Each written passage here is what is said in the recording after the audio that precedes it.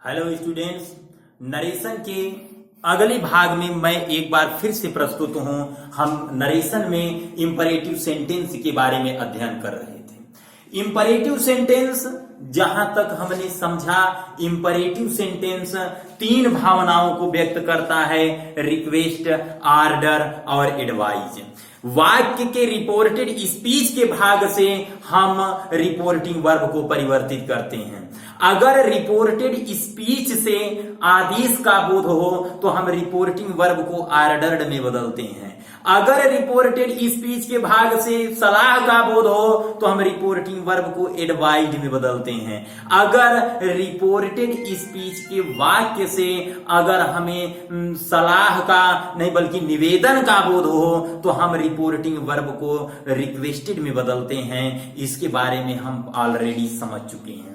वाक्य का जब इंपरेटिव सेंटेंस का जब निगेटिव फॉर्म आता है, जहां डू नॉट से वाक्य को शुरू करते हैं, वहां पर मित्रों हम रिपोर्टिंग वर्ब को दो प्रकार से बदलते हैं। एक तो रिक्वेस्टेड, आर्डर्ड या एडवाइज करते हैं और दूसरा हम फॉरवर्ड करते हैं।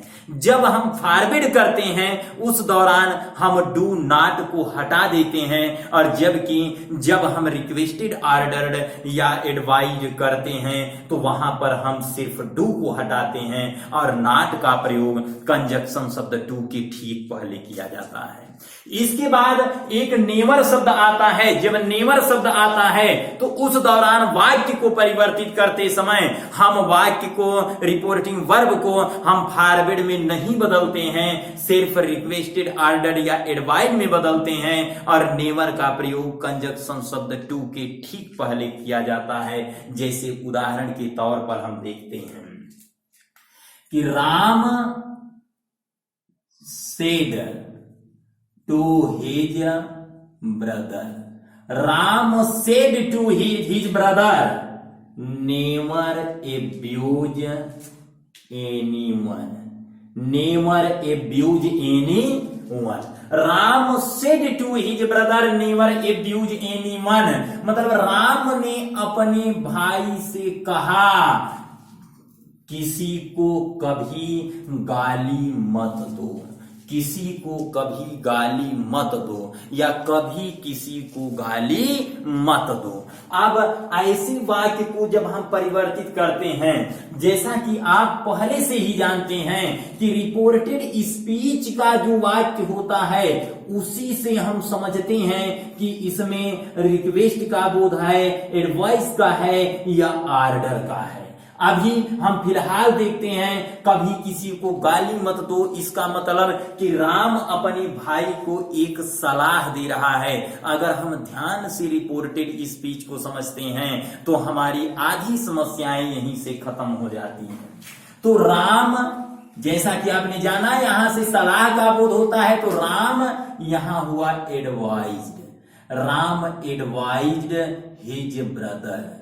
Ram advised his brother. मैंने कहा कंजक्शन शब्द टू प्रयोग करते हैं, लेकिन नेवर का प्रयोग पहले करने के बाद यहां कंजक्शन शब्द टू का प्रयोग करेंगे।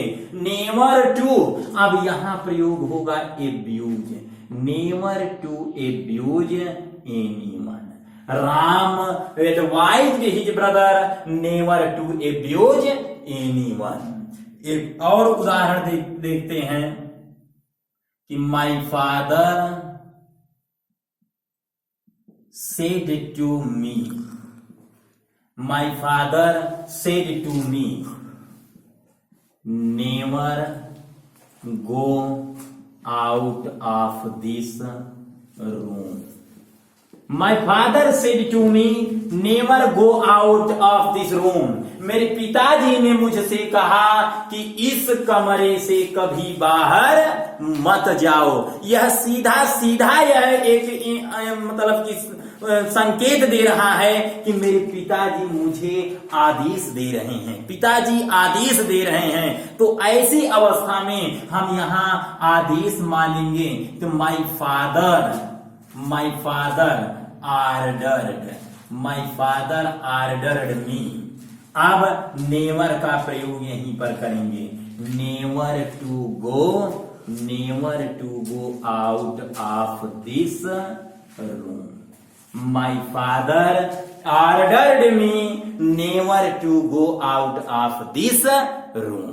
इस प्रकार से हम रिपोर्टेड स्पीच के वाक्य को देखेंगे, उसे समझेंगे और उससे जिस प्रकार का बोध होगा हम ठीक उसी प्रकार से रिपोर्टिंग स्पीच के रिपोर्टिंग वर्ब को उसी प्रकार से हम परिवर्तित करते हैं।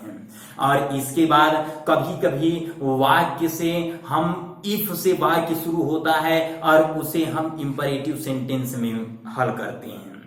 अगले नियम के तहत हम देखते हैं। तो जब अगर वाक्य इफ से शुरू हो, इफ वाले वाक्य में अक्सर जहां सलाह का बोध होता है, अक्सर ऐसा सेंटेंस हमको मिल जाता है कि जब वहां सलाह का बोध हो तो एक दूसरा वाक्य जो इंपरेटिव सेंटेंस में होता है, जैसे हम उदाहरण के तौर पर लेते हैं, जैसे माई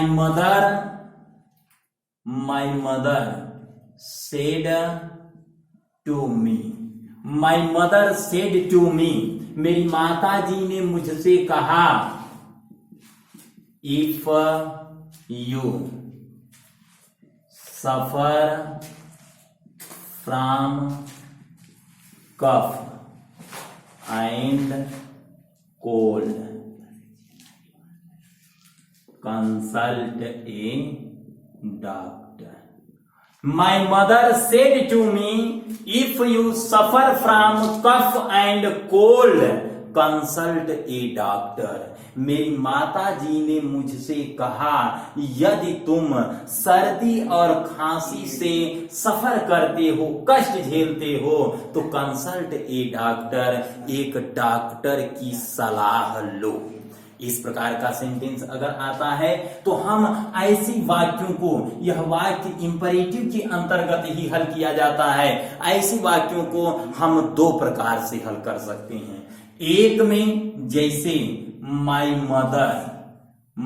मदर सेड, या यहां पर ऑब्जेक्ट है तो टोल्ड करेंगे, told me. If you second person me से बदलेगा आई। If I suffered from cough and cold. If I suffered from cough and cold, अब यहां कामा रखेंगे और इसके बाद यहां एक जो विशेष रूप से ध्यान देने वाली बात है वो ये है कि इस वाक्य का जो कर्ता होगा उसी कर्ता को, मतलब उसी सब्जेक्ट को हम लाकर यहां पर रखेंगे। जैसे ये सब्जेक्ट है आई, तो यहां आई रखने के बाद हम शुड का प्रयोग करेंगे। एक बात ध्यान रखना है कि यह जो सब्जेक्ट होगा यही सब्जेक्ट वहां पर ले जाकर रखा जाएगा और उसके बाद शुड का प्रयोग किया जाएगा। आई शुड अब consult a doctor. I should consult a doctor. या इसी वाक्य को हम दूसरी प्रकार से हल कर सकते हैं। अगर हम कहते हैं कि my mother advised me. My mother advised me to consult a doctor. If you second person me से बदलेगा तो I आ जाएगा। If I suffered from cough. If I suffered from cough and cold. If I suffered from cough and cold, my mother advised me to consult a doctor if I suffered from cough and cold. तो इस प्रकार से वाक्य को ध्यान देना है कि ऐसे वाक्य अगर हल करने के लिए हमें डायरेक्ट स्पीच में मिलते हैं तो डायरेक्ट से इनडायरेक्ट में परिवर्तित करते समय इसे हम असर्टिव सेंटेंस में के अनुसार भी हल कर सकते हैं और यहां पर लाकर इसे इंपरेटिव के अकॉर्डिंग भी सॉल्व कर सकते हैं। तो आशा है कि आप ये रूल्स आसानी से समझ जाएंगे। और उसके बाद अगले रूल में अगर हम बात करते हैं, अगर वाक्य हम कभी कभी सॉल्व करते समय हम कुछ ऐसे वाक्य पाते हैं कि जिन वाक्यों से देखने में वे प्रश्नवाचक प्रतीत होते हैं, कुछ वाक्य देखने में प्रश्नवाचक प्रतीत होते हैं लेकिन वास्तव में वे प्रश्नवाचक नहीं होते हैं, उनसे विनम्रता पूर्वक एक प्रार्थना का बोध होता है।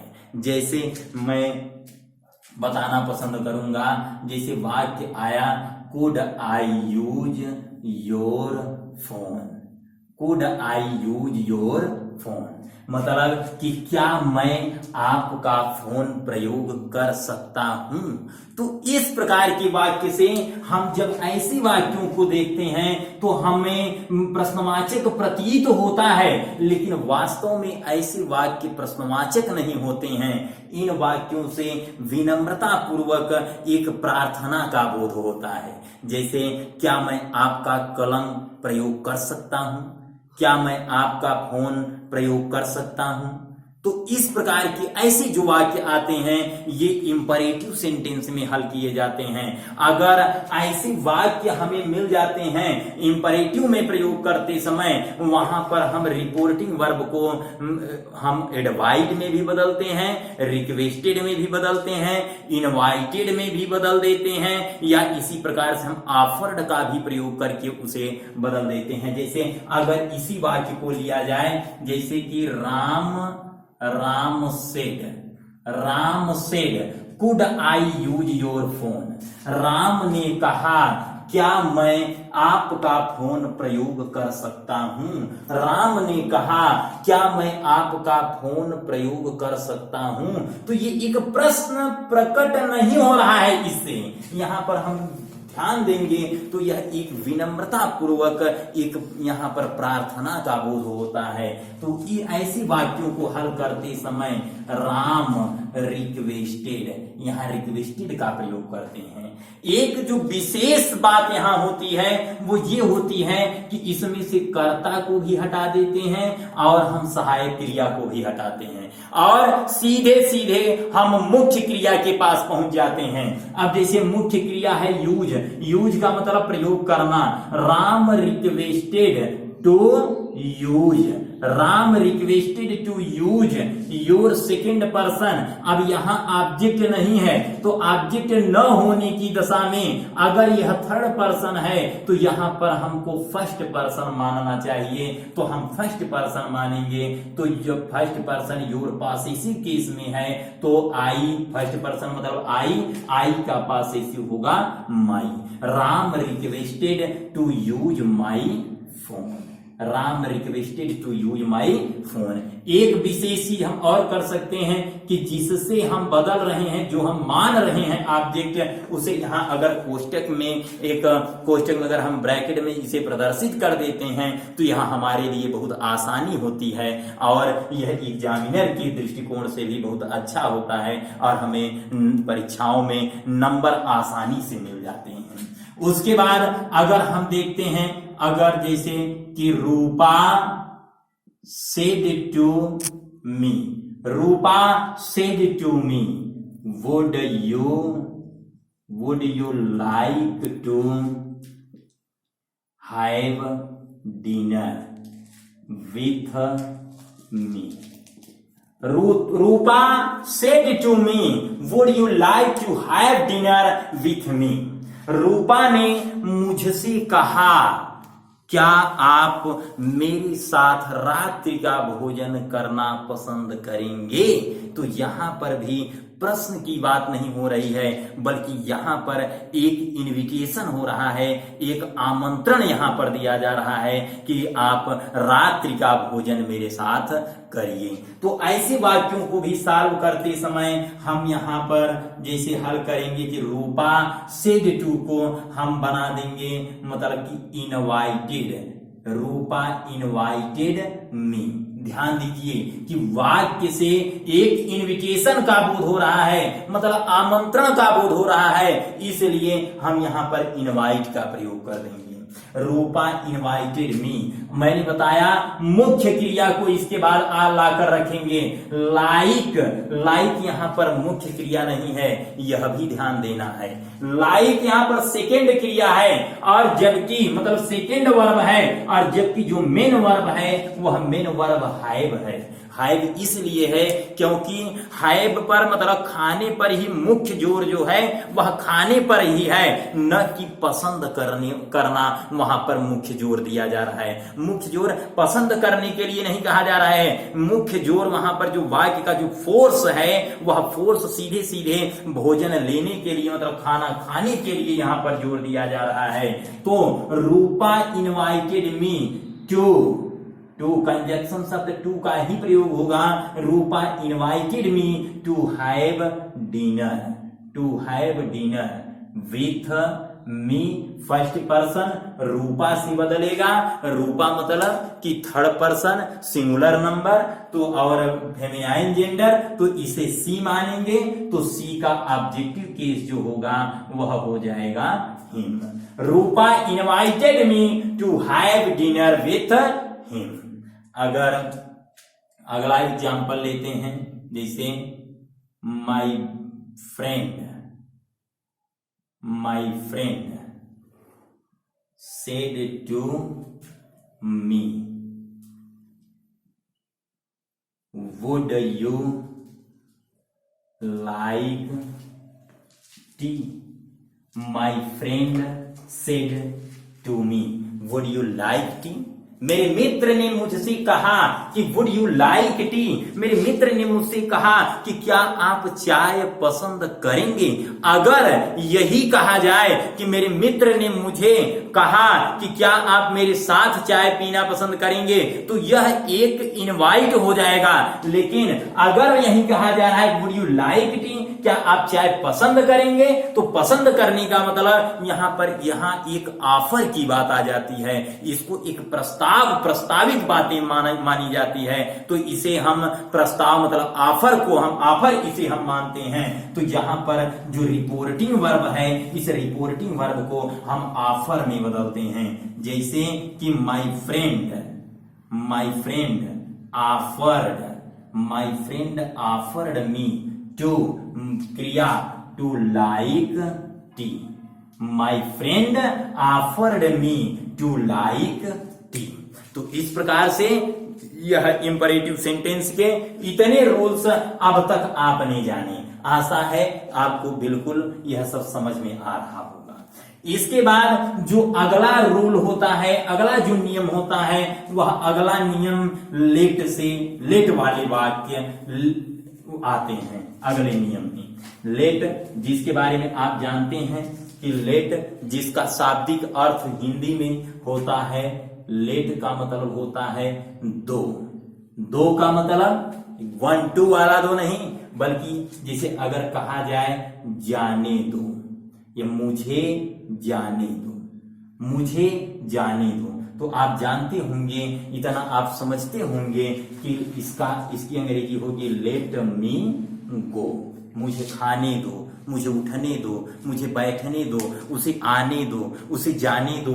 इस प्रकार के जो सेंटेंस होंगे, let him eat, let him go, let him come, let him jump, तो इस प्रकार से जो भी सेंटेंस होंगे वे सभी सेंटेंस वाक्य के अंत में दो होगा और इसकी शुरुआत लेट से होगी। अगर लेट के बाद अस का प्रयोग आ जाए, तो लेट के बाद अस का प्रयोग होने से इसका सीधा उद्देश्य होता है कि यहां पर कर्ता जो होता है, जो वक्ता जो होता है, सब्जेक्ट वक्ता और श्रोता, वे दोनों उसमें मिक्स हो जाते हैं। क्योंकि अस का मतलब आप जानते हैं कि इसका मतलब होता है हमें, इसी का सब्जेक्टिव केस जो होता है वह वी होता है। वी का मतलब हम होता है, और हम का मतलब कोई एक व्यक्ति नहीं, कोई पर्टिकुलर पर्सन नहीं, बल्कि उसमें फर्स्ट पर्सन के साथ कोई और भी व्यक्ति होता है, वही अस मतलब वी वही माना जाता है। अगर कह दिया जाए कि लेट अस गो, आप अक्सर वाक्य सुनते होंगे, बोलचाल की भाषा में भी प्रयोग किया जाता है, लेट अस गो, तो इसका मतलब हुआ चलो चलें, चलो चलें। मतलब अब जैसे अगर कहा गया कि Ram said to Sita, Ram said to Sita let us go, चलो चलें या आओ चलें, तो इसका मतलब कि यहां पर यह जो क्रिया है, यह क्रिया, यह दोनों मतलब कि वक्ता और यहां पर जो श्रोता मतलब स्पीकर और ऑडियंस, ये दोनों के द्वारा यह क्रिया परफॉर्म की जाएगी, मतलब यह कार्य किया जाएगा। मतलब कि अगर यहां राम ने सीता से कहा कि लेट अस गो, तो इसका मतलब हुआ कि राम भी जाएगा और सीता भी जाएगी। यह बात ध्यान रखना है, इसको याद रखना है कि अगर राम कहता है लेट अस गो, मतलब राम भी जाएगा और सीता भी जाएगी।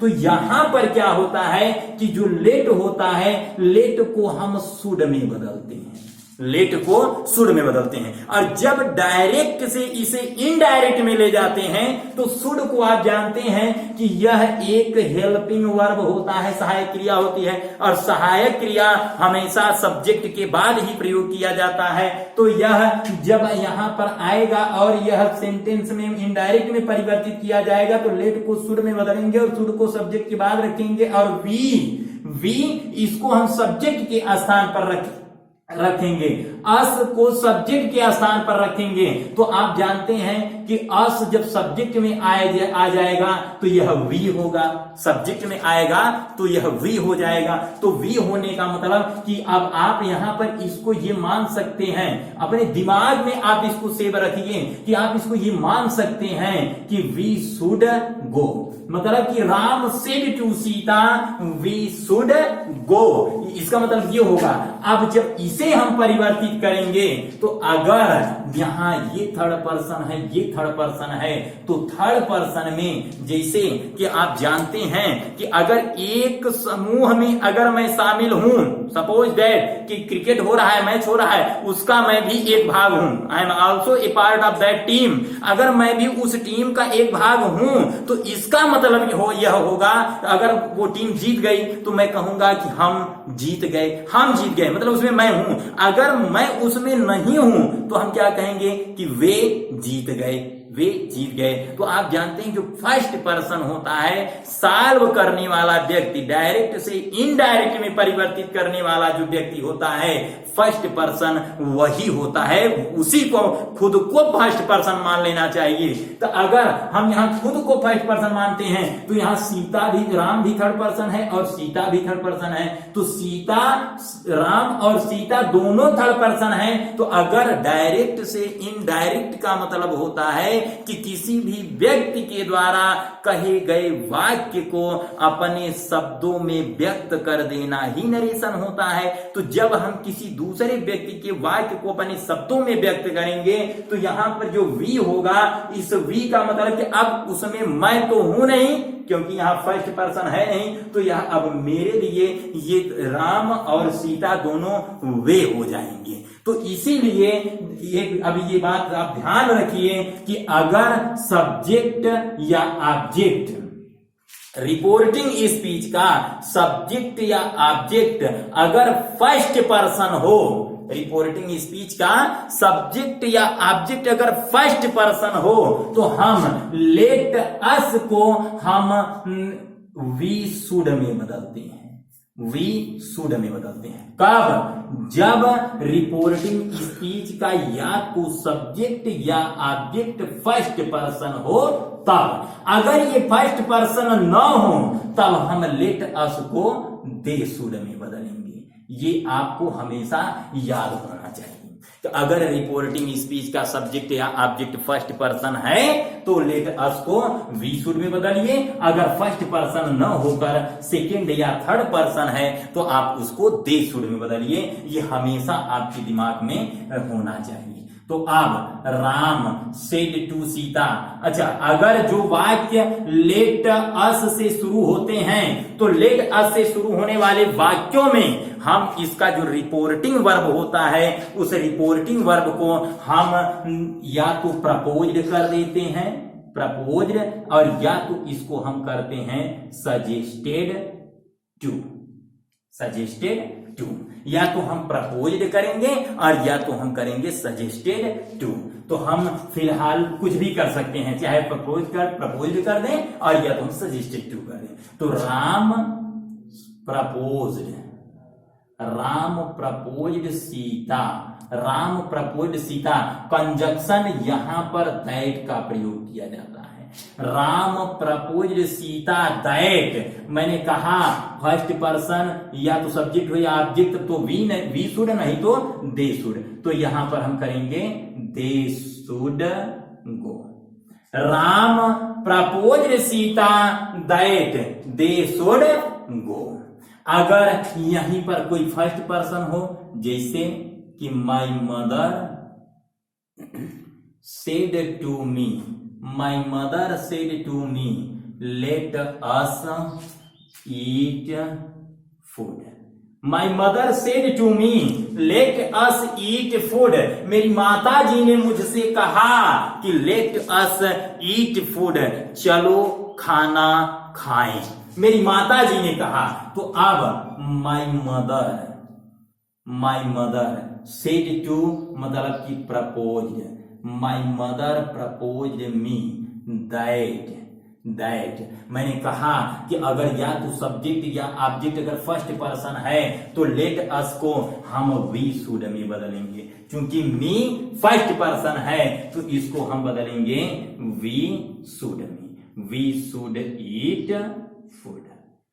माई mother proposed me that we should eat food.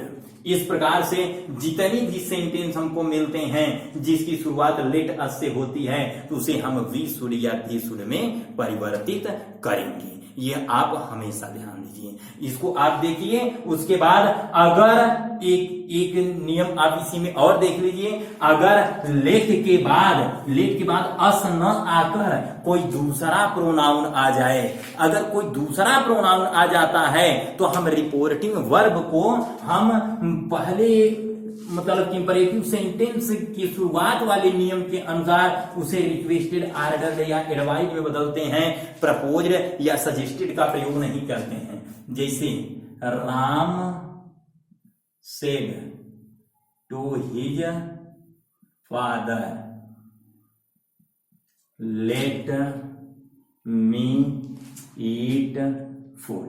मतलब लेट के बाद अगर अस न आकर कोई दूसरा पर्सन आ जाए, कोई दूसरा पर्सन अगर आता है तो यहां पर सॉल्व करते समय मैंने बताया सेड टू को हम रिक्वेस्टेड, ऑर्डर्ड या एडवाइज में बदलते हैं। जैसे राम सेड टू का मतलब हुआ कि ordered, Ram ordered his father, Ram ordered his father that. अब यहां पर हम मी को सब्जेक्ट में लाएंगे तो मतलब कि मी को जब हम पहले सब फर्स्ट पर्सन है राम से बदलेगा तो राम से बदलने मतलब ही, राम ही का हो जाएगा हिम का सब्जेक्टिव यहां लगेगा ही।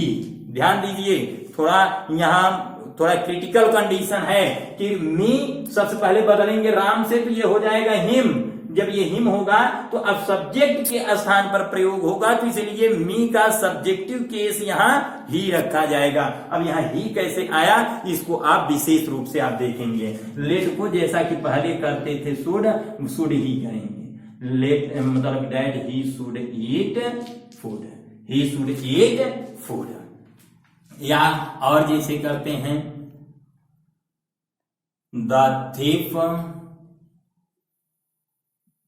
The thief said to the policeman.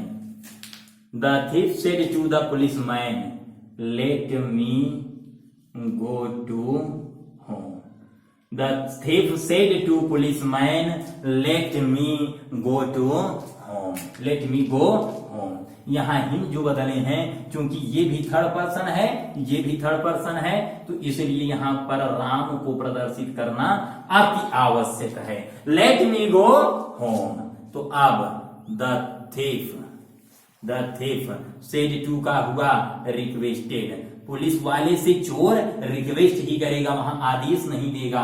The thief requested the police, the thief requested the police that me first person मतलब कि थिप मतलब ही, यहां पर हमको यहां बताना भी है the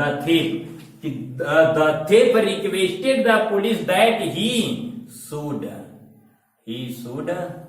go. The thief requested the police that he should go।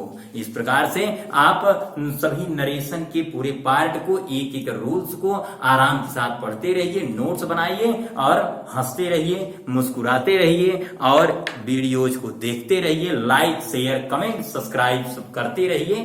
फिर अगले वीडियो में हम अगले रूल्स के साथ फिर मिलेंगे। बहुत बहुत धन्यवाद।